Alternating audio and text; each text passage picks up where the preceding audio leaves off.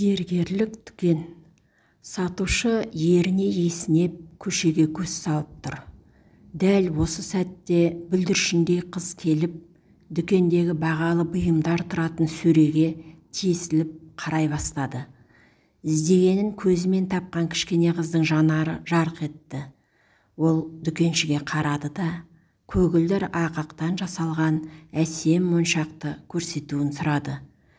«Бұл менің әпкеме әдемі қорапқа салып, орап бере аласыз ба?» деп сұрады бейкүнә періште. Қожайын балдырғанға сенімсіздікпен қарады. Сосын, «Қанша ақшаң бар?» деді. Ол ширақ қимылдап, қалтасындағы бет орамалды суырды. Бет орамалға түйілген ұсақ тиындарды сатушының алдына шашып жібереді. Қуанышқа толы үлкен көздерімен сатушыдан «Осы жеткілікті ме?» деді. Бәрі де майда тиын екен. Ақша санай алмайтын пәк жүректің иесі әңгімесін мақтанышпен жалғастыра берді. «Мен әдемі моншақты әпкеме сыйлағым келеді.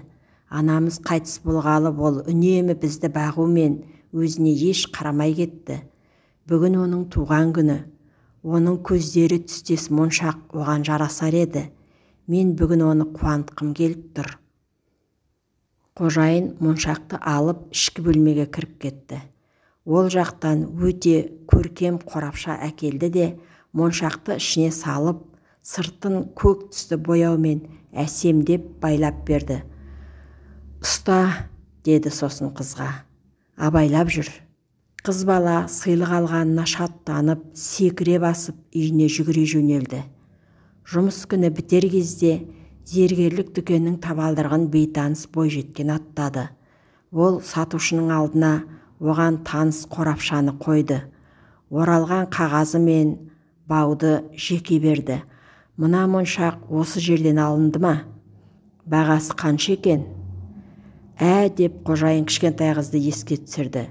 «Менің дүкенімдегі әр заттың бағасы сатушы мен сатып алушының арасындағы құпия». Бірақ бойжеткен бұл жауапқа бой бермеді. «Менің сіңілімнің аз ғана тиыны бар еді.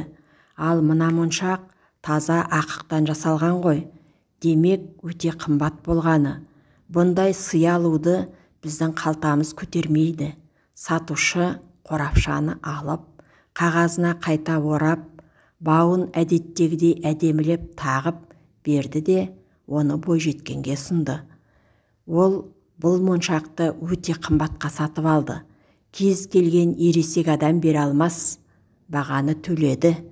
Ол қолда барының бәрін берді, деді сабырлы қалпынан айнымай. Аядай дүкеннің ішінде шыбынның ызыңы естілердей тыныштық орнады.